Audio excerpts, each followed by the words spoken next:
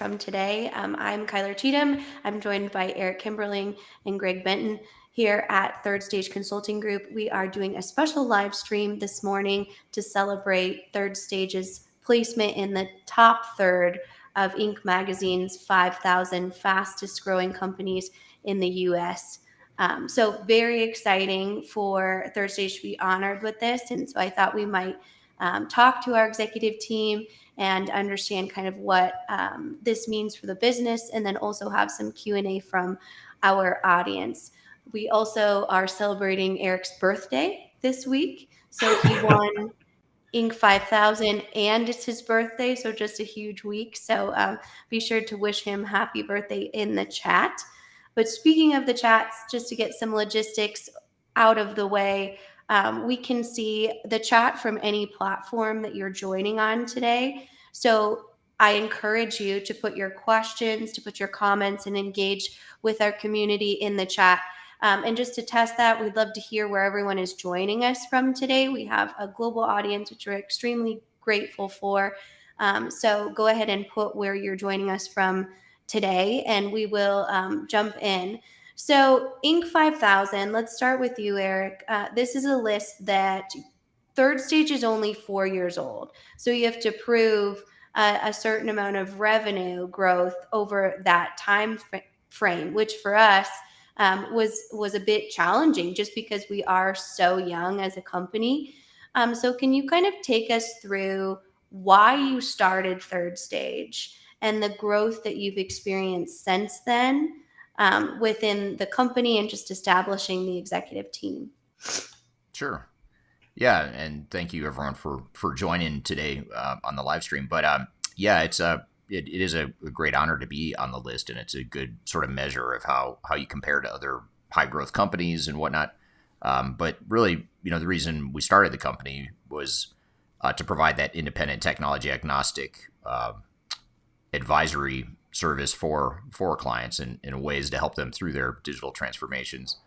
And it's funny because when you start a company, sometimes you have high aspirations, but you also just want to survive too at the same time. So it's interesting to look back and think it kind of what we were thinking 4.5 years ago, and just hoping to get by and hoping to kind of build some sort of a company, no matter how small or how big. And so to see it really take off and grow like this has been really rewarding, and it's been fun to add team members like Greg and you and others. But it's also been fun to just work with all the clients we've been able to, and so it's a fun journey so far for sure. Absolutely. And Greg, going to you, you are the newest member of the executive team, and with your wealth of experience within the industry, it was a big move for you to come to a younger company and really manage and pioneer our client community and strategic partnerships. Can you kind of take us through what you saw as far as a value in joining the Third Stage executive team?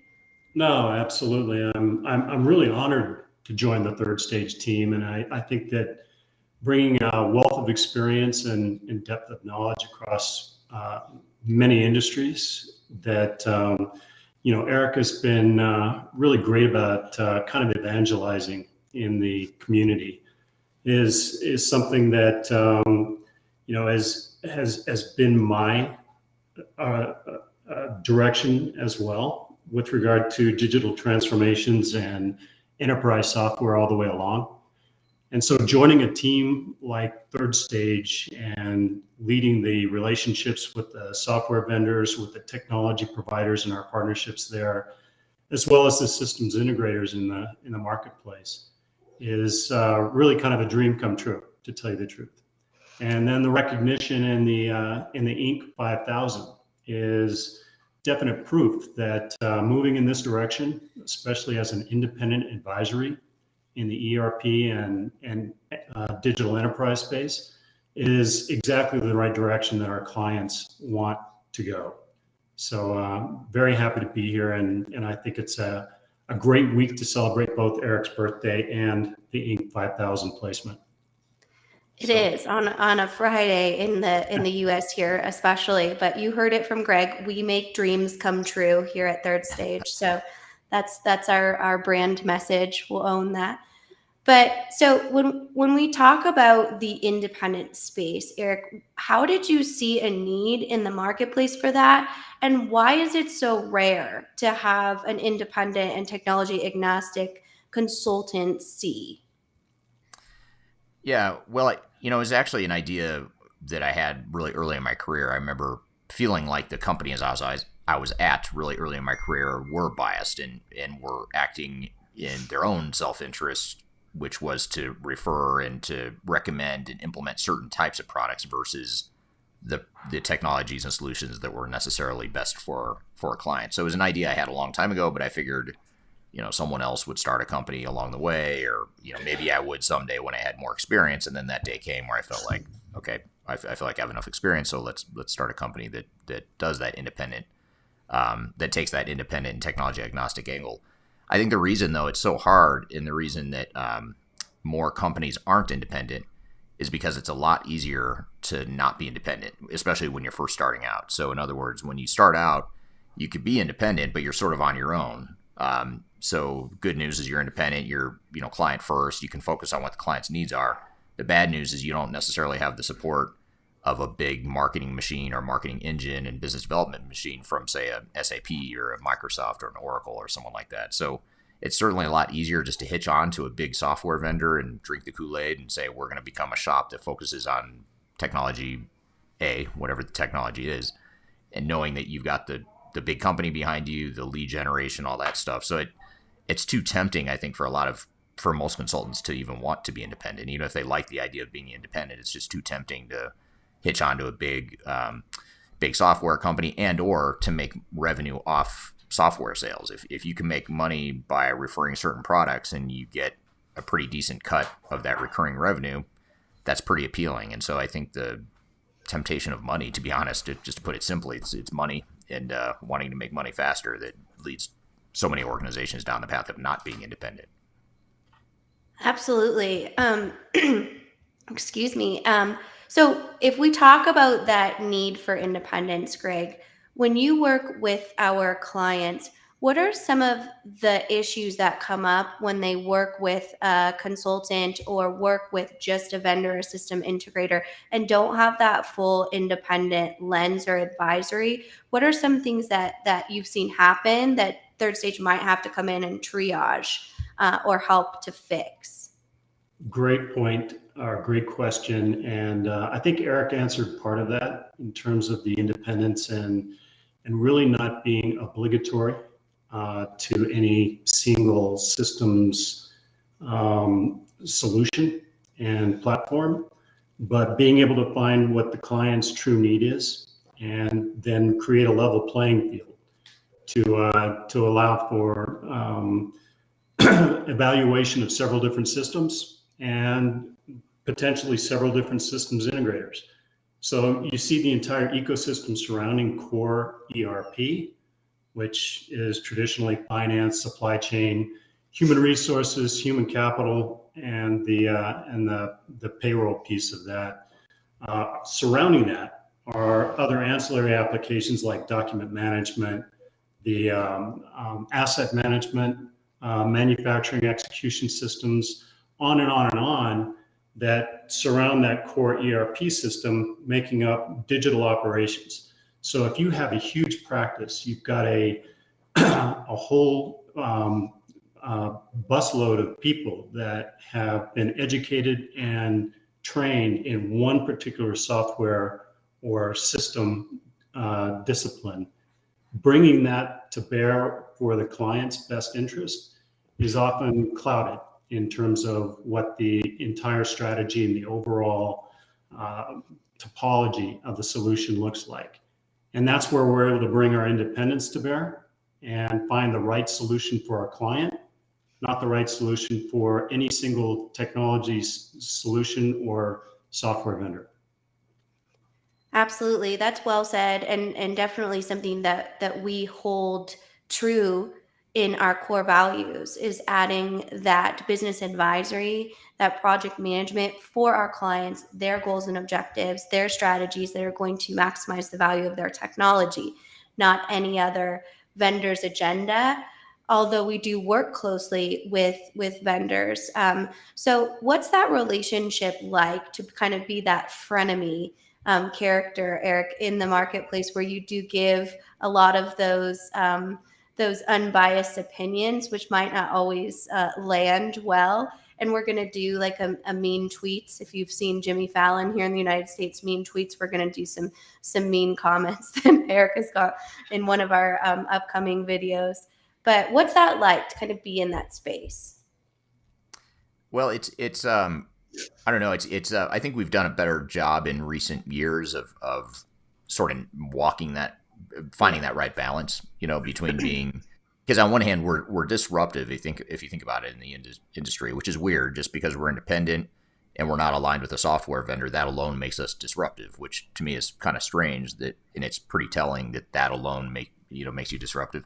And the reason being is because we're not coming in with a carefully crafted vendor approved message that we're delivering to the market, which is what most consultants do. And they work side by side with software vendors to craft that, message that helps sell their software. And it's not just consultancies, by the way, it's also all the industry analysts. And there's a whole ecosystem built for each of these big platforms that's really focused on getting third parties on board with their message and sort of getting them all rowing in the same direction from a marketing and selling message perspective.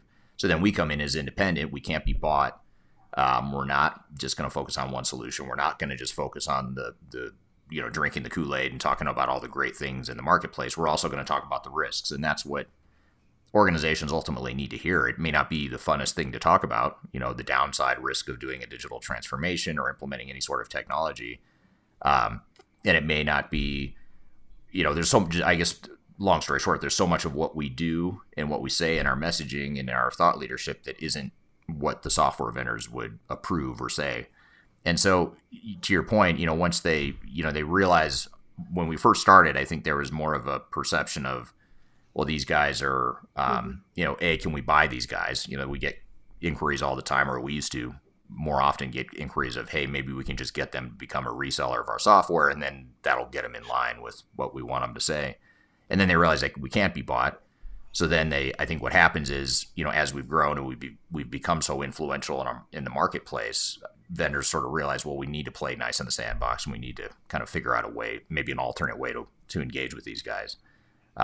So that's how we've done it. Is we've been, and Greg's helped us a lot in this space in the last 6 months or so, which is really, not being too arm's length distance from the vendors. Certainly understanding their product, understanding what they're doing longer term, and collaborating and being frenemies where appropriate, but not going so far as to have any sort of economic incentive to recommend one product or one technology, or to focus on any one technology over another. Yeah, that makes a lot of sense. And Greg, I know you want to jump in here, because you manage a lot of the strategic partnership, but I want you to kind of teach our audience and educate our audience about our vendor relationships and why they're important, and how you've helped us kind of grow into that, less of a frenemy, more of a strategic partner. I love the term frenemy, except that, that's a description that I wouldn't necessarily use. I think that it's critically important that we understand the roadmap, that we understand, connecting to the software vendors, to the platform providers, in a way that we can then convey to our clients what is the best solution specifically for them, for their processes, for their people, what is going to work best for our clients, and really having that connection to the software vendors in really an advisory role that allows us to have that close association, yet independent nature in the terms of our recommendations that ultimately come down through strategy and decision with our clients. And actually, they are starting to really understand that creating that level playing field allows them to bring, their A game to any evaluation, to really helping the client understand why they might be the best solution for them. And with our knowledge of those vendors and being able to access their executive teams, access the people that we need on the development and the delivery side, we're able to bring the best solution for our clients to bear. Absolutely. It's so important. So well said. Eric's over here waving bye to the vendors. He's like, goodbye, get out. No. Oh, you can see that? I It's didn't know if I was. yeah. Right. No, but so important. Greg's messages. Eric's actually waving bye to his kids going to school. And Greg, you're actually bringing your youngest son up to college today. So big Yeah, that day was for. it's an emotional week. It is. That's a great way to put it. But moving back to our audience, we do have a lot of our global audience on here today. We've got some from Phoenix. We've got some from Egypt, from Illinois here in the States, from India. And then we have a lot of congratulations and happy birthday messages here for Eric and team. So thank you so much for joining us. If you do have questions, we're going to kind of move into what it's like to be a really high growth company, specifically from a technology standpoint, because what our unique place in the marketplace is we're not only on this list as an honoree, but we work in this space with a lot of our high growth clients, because the main thing to scale that growth is going to be a strong foundation in technology, process, and people, that side. So I want to kind of move into that line of conversation, see if we can scale some of what we've seen from our clients and share some case studies in that way.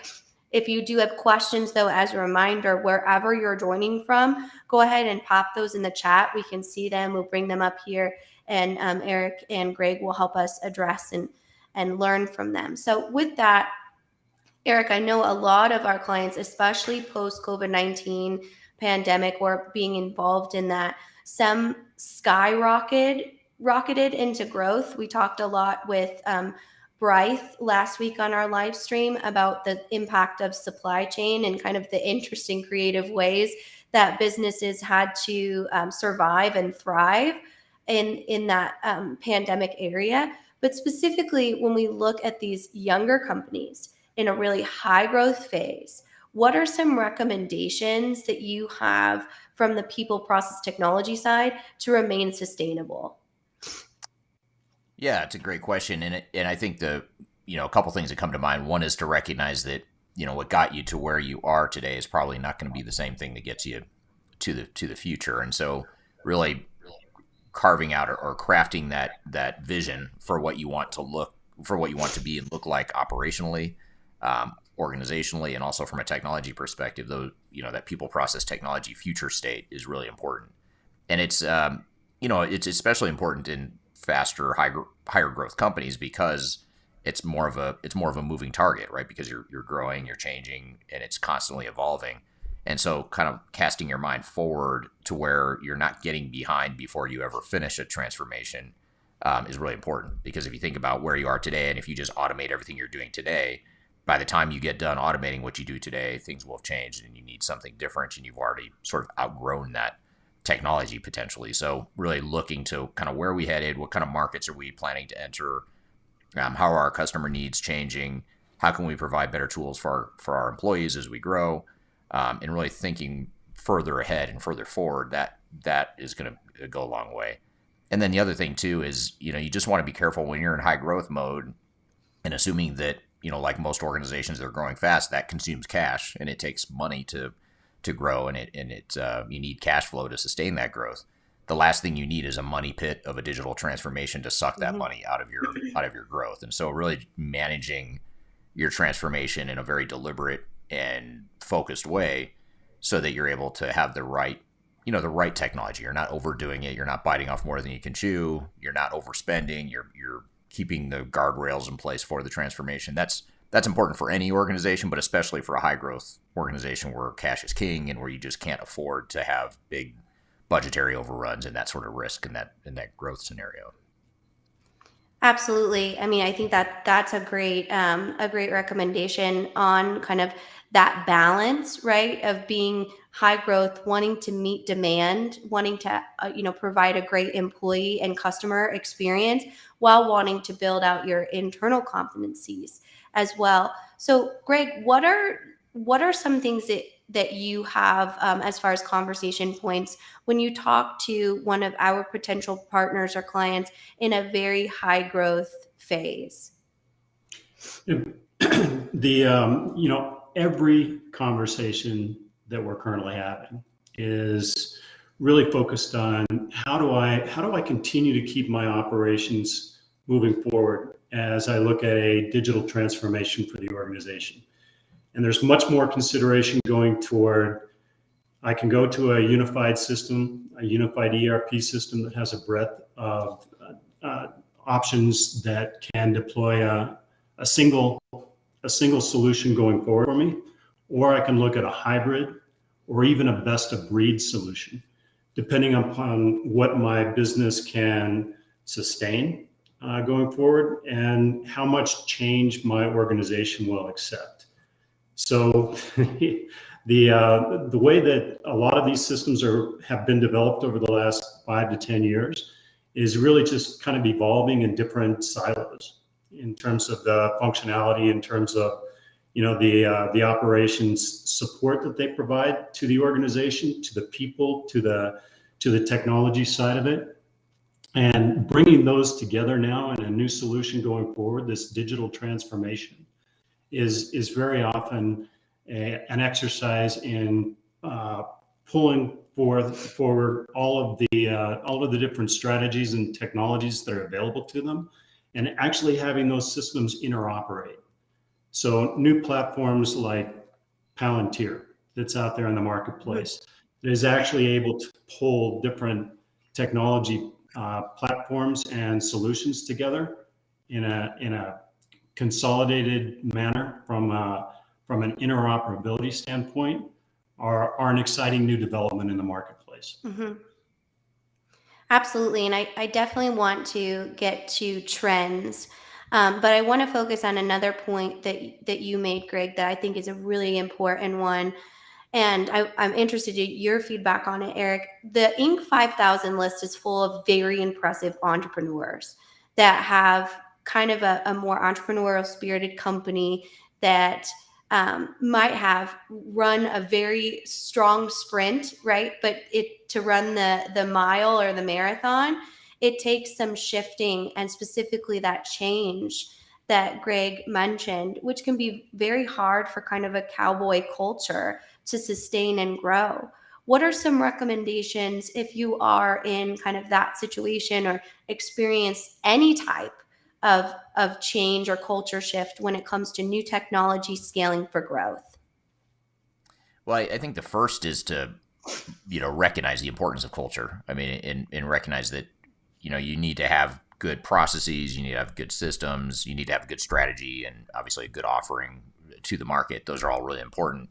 But I think a lot of entrepreneurs, myself included, in my previous company, forgot about, they forget about the cultural piece of it. So I think recognizing that, you want to kind of have a decent understanding of what kind of culture it is you're trying to create as an organization, which is hard to do as an entrepreneur, because when you start, a lot of times it's just you or you and a couple other people.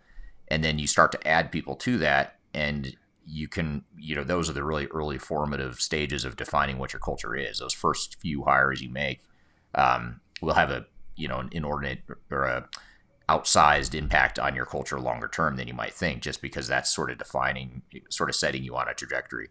Once you're on that trajectory, though, obviously you need to pivot and sort of recognize, like, is this culture going the way we want? And if not, there's warts that come up during the cultural evolution. You need to make sure you're pivoting and being more deliberate about how you as a leader impact that culture, and also how you bring on people that reinforce or help create the culture that you're trying to create. And so it's a really intangible thing. It's hard to measure. It's hard to see and touch and feel. But it's something that's really important to ensure that you can use that to fuel the growth. And one thing I've seen with Third Stage is as we've grown from 0 people or just myself, my wife, and a couple other people, when we started in April 2018, we've grown from that to, over 50 people now worldwide. You add on all these people, and you have to make sure that you're continuing to build that culture, and you're not just going out and hiring bodies. You have to hire people that aren't just smart or aren't just qualified on paper, but also reflect who it is you're trying to be as an organization. So I think that culture is really powerful, and we're seeing, I think that's honestly why we've grown so much, or a big part of why we've grown so much is because of that culture we've created. Absolutely. I mean, and culture specifically has the power to fail a digital transformation or cause transformation failure. Greg, can you kind of elaborate on how important it is to not only understand your culture as an executive, but also assess it in that readiness to understand what is your appetite for change in the organization to ensure you're optimizing your project for success? Sure. And, from the very beginning, executive alignment and really understanding where you want to go, clearly understanding the end point of your journey is is something that a lot of people, a lot of organizations really just kind of pass by with a cursory attempt to say, yes, everyone's agreeable to the change and we're moving forward. It really does take a kind of an understanding of what your organization culture is all about, how you're going to get people to adopt change and adopt the new system and move forward under the same banner, under the same umbrella. And that starts with the executive level, but it also translates down into, all areas of the organization. Everyone has to agree to move forward in the same way. If there's a kind of a dichotomy in the understanding of different areas of the organization, be it the manufacturing floor or the executive, front office, about what you're trying to accomplish when you're ultimately completely live and stable and operating as a digitally transformed business, then you're not going to have a smooth journey along the way. And that's what it means to bring the culture together from the very beginning. We often talk about a phase zero at the very beginning to really prepare the organization both technically and functionally to follow that cultural change path in order to be successful in the entire deployment of the digital transformation and enterprise operations. So. Absolutely. And that phase zero, if you've never heard of that before, I definitely recommend going to check out our YouTube channel, Eric's YouTube channel, to hear Greg talk about that, because I think that is absolutely the most important step, is to just ensure that you are set up for success. Because if there's cracks in the foundation, you can't fix that after the house is built, right? You have to tear the house down and redo the foundation, which can be very expensive and cause a lot of business disruption, especially for these specific really high growth businesses. So definitely recommend that. Also, I just want to point out that Third Stage, we do that. We are that insurance package. So if you are thinking about going through a digital transformation, highly recommend you just reach out to us via email, via anything that you'd like to connect with us, and we can tell you, in that project audit, are you ready to go? Is this going to be successful? And point out any pitfalls. One thing I do want to share real quick, we had some questions about how can you join the Third Stage Consulting team. We're always looking for new talent within our organization. You can head to our website, or you can email work@thirdstage-consulting.com, either one, and reach out and talk to us. So this is a really good question that I think a lot of entrepreneurs also feel, Eric. So I'm going to bring it up from our LinkedIn audience. When you're a startup, the first few hires have that inordinate impact on your culture, so you need them carefully.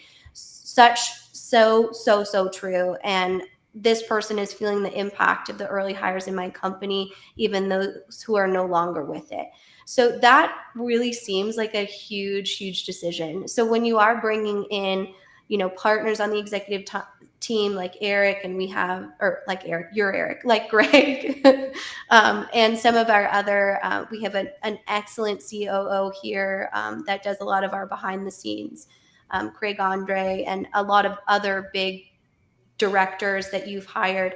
How do you ensure in the hiring phase, when you are scaling for growth, that you are picking the right resource? That's a great question, and it's it's something we fumbled around. We fumbled on a few hiring decisions early on. Again, not because they're bad people or because they weren't qualified, but just because it didn't reflect the culture we were trying to become. And one thing I'll point out too is that the culture you are when you first start out, again, when it's just a couple people or a small handful of people, and the skills you need, the type of person you need when you're smaller, looks a lot different than when you're bigger. And one thing that we found in the last, I'd say in the last year at third stage, is we feel ourselves sort of moving out of our awkward teenage years as a which I have two teenage boys, so I know that I'm knee deep in the awkward teenage years right now. But you're moving out of the awkward teenage years and sort of becoming an adult. That's how it feels at third stage right now. And so the people that worked out well, that we hired, that were good cultural fits and fit who we were early on, some of those people are no longer with us, largely because it didn't fit the skills and the culture we needed to become to grow up, for lack of a better word. So it's I guess it's not a static thing. Yeah. It is something that has to evolve. But at the end of the day, even more fundamental than that, though, is you have to.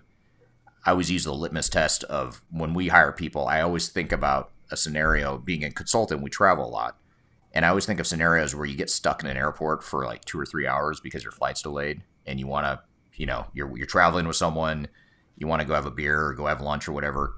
I always ask myself, could I see myself having a good time just hanging out with this person and being stuck in an airport bar for 2 hours while a flight's delayed? I always use that as sort of a litmus test.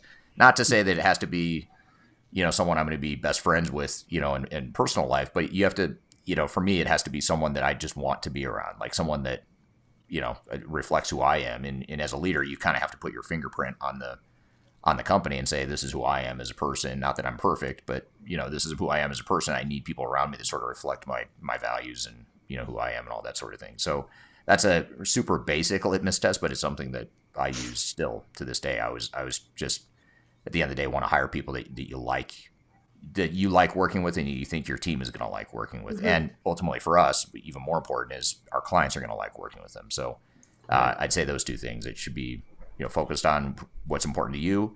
And you should also recognize that those needs are going to change as you grow. You're going to have different needs and different cultural impacts as you get bigger. Absolutely. And pivoting to you, Greg, you really oversee our client-facing brand here. So how do you ensure that you have a culture match from the internal resource to the client? Because that's really what we do here at Third Stage, is making sure that this person is going to be a trusted, or this team, trusted business advisor. And that's a big role to fill. So how do you manage to that? Kyler, that's a huge role, and I kind of wanted to jump in when Eric was talking about his litmus test in the airport, because I think we do the same thing with our clients. Yeah. In multiple conversations every week, the first time that we sit down with them, it has to be a partnership that works both ways, right? So we have to understand that culturally we're going to have a fit. So we take our mission-driven and professional people and put them together with the client and make sure that this is going to work from the very beginning. We talked a little bit about cultural fit in terms of even the technology providers, the systems integrators, the software vendors, right? So finding that cultural fit along with our people and building that trust relationship is critically important. And maybe there's a litmus test that says, all right, if we get in a room together and we have a successful, technology deployment, how are we going to celebrate that? And just asking that question and figuring out whether or not we're going to be a match is the bidirectional win-win that we look for in a cultural exchange. So. Absolutely. And I think that's one thing that's very unique to Third Stage, is we are very intentional about matching up that relationship. We don't just throw people on a project because you need a warm body there. That's actually the opposite of what we do. We spend a lot of time and conversation and getting to know our clients and giving them our best match, because that's the way that we produce value and are successful. So I think that's really well said, Greg. I want to shift gears in our last couple minutes here, just to talk about kind of where the industry is heading and where Third Stage is heading, some future views. We recently did a profile on our Ground Control podcast about how many companies will go through a digital transformation. We looked at some research and studies, and it said that in the next 3 years, over 80% of companies will go through some sort of technology transition or digital transformation to become a more digital-based workplace. And we could be talking about work from home. We could be talking about an e-commerce platform. We could be talking about the integrations, Greg, that you were mentioning between systems and using that data as a platform to make better decisions as an organization. So, Eric, I want to hear from you first. In 2030, what will Third Stage be? Crystal ball time. I was expecting to go down the trends, the overall industry trends I know. route. So I like, wasn't you know ready for me. that. I like to just, I Total like to keep curveball it there. fresh. Jump Knee right to jerk. 2030. Yeah. Right. Well, I think it's interesting because that's a lot of what we're focused on now strategically as an organization is how do we continue to grow internationally, to kind of take full advantage of our brand recognition and just the demand for our services in the marketplace. And that's been the hardest thing for us, which is a good problem to have, is been really just keeping up with demand and a lot of our marketing initiatives and thought leadership initiatives have really taken off and delivered a lot more demand for our services than I would have anticipated by this point in our journey. So I think this continued sustained growth is really important. Also, really just being true to who we are as an organization, maintaining that culture, preserving that culture, but also just taking more advantage of the opportunities in the marketplace is probably the biggest thing. I couldn't give you any quantitative metrics around how big I think we'll be or, what our revenue will be in 2030. But at this point, that aggressive growth is a big part of what our plans are. So we're, constantly looking at ways to fuel that growth. Absolutely. And that aggressive growth, not only on the Third Stage side, but also on the technology evolution side. So, Greg, what are some things that you're seeing in the marketplace as far as where digital transformation will be in the next 3 to 5 years? I think that all the way along, there have been two types of digital transformation. One is digital transformation with a capital T, as I like to call it. And that's moving to a whole new technology platform for a variety of reasons, because your current systems are becoming obsolete and being decommissioned in a couple of years. And so in advance of that, you're looking at replacement, right? There's also optimization and keeping a lot of the systems that you're currently running and bringing that together. So I think that in the future, the industry is moving toward that lowercase t transformation, which really involves bringing together those different systems in an interoperable manner.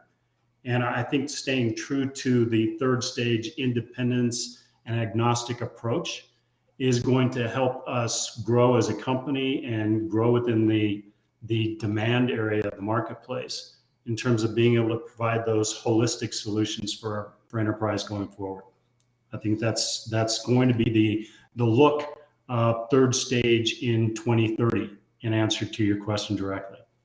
Well, that is a good look, if you ask me. Okay. Yeah, right. And speaking of that, those integrations, those using different systems in different areas, or just making sure that they talk and connect to each other. Eric, is traditional ERP dead? You're baiting me, aren't you? I really am. I have 5 minutes left to be disruptive for our Right. brand. Right? You're trying to disrupt the disruptors. Yeah, right. I think it could and should be dying, if that makes sense. In a way, I mean by that is I don't think ERP systems are going anywhere anytime soon, but I think there's a lot of cracks in the foundation that have been exposed over the last couple decades of trying to implement one-size-fits-all broad-based solutions in the name of wanting integration. I think a lot of companies have gone too far that direction of putting all their eggs in one basket of one big software solution that can't possibly be everything that you want it to be, especially for larger organizations. So I think there's just going to be, I don't know that it's dead, but to Greg's point earlier about interoperability and what used to be known as best of breed and just all these different point solutions, these really specific, focused industry niche solutions. There's just so many great technologies out there, and the barriers to entry are lower than ever as far as creating a software company or building a software.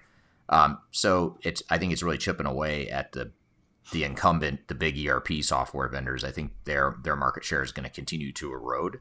I don't think it'll ever go to zero, or I don't expect SAP or Oracle to fail anytime soon as organizations. But I think those big ERP solutions definitely have weaknesses, and they're not the right answer for all organizations. Would be my politically correct answer, I suppose. Greg has made you so politically correct. I don't even know if I support this transition. No one can make me too politically correct. I know. Well, we all know. I'm trying to temper it. All he can do is temper. He can't get rid of it. That's a good shift, definitely. So going to you, Greg, you touched on like Palantir, some additional smaller pieces of technology that might not be core ERP, but are very, very important to ensuring that you maximize the value of your technology. So what are some other maybe digital adoption platforms, integration platforms, some additional vendors in the marketplace that haven't been that core group of looking at an N4, SAP, Oracle, Epicor, those types of bigger kind of titans in the industry? What are some other things that you've seen from the systems side? Well, I think that, for one thing, I'm not in the camp that says ERP is dead. I'm in the camp that says ERP is an important core part of everything that is going forward in terms of digital operations. Maybe we should think about the evolution as evolving from ERP, enterprise resource planning, to digital enterprise operations, DEO. Hopefully I'm coining a new term, right? Yeah. But as we move to that, really it really is the kind of the genesis of the new platform era. So you're going to see people like Azure, like AWS, like several of our single privately hosted solutions through Estes and Navisite, and certainly Palantir is kind of the connecting piece for those different and disparate technologies. That's where I see the platforms actually taking over for a single threaded ERP system and making it digital enterprise operations going forward. So that's what I see as kind of the elevation and evolution of the marketplace. Yeah, that's a really wise observation. Definitely. I think that makes a lot of sense. In our last couple minutes here, and then we have to let Greg and Eric go back to their day jobs. But I want to hear from both of you of what you're most proud of, what this win means to you the most when it comes to being involved in Third Stage. So I'll go to you first, Greg, and then we'll kind of round out final thoughts with you, Eric. Really recognition by Inc. in a way that is just completely unfiltered and certainly not acquired. It's earned. It's testimony to, we are finding the right place in the marketplace, that we are finding the right place in the community.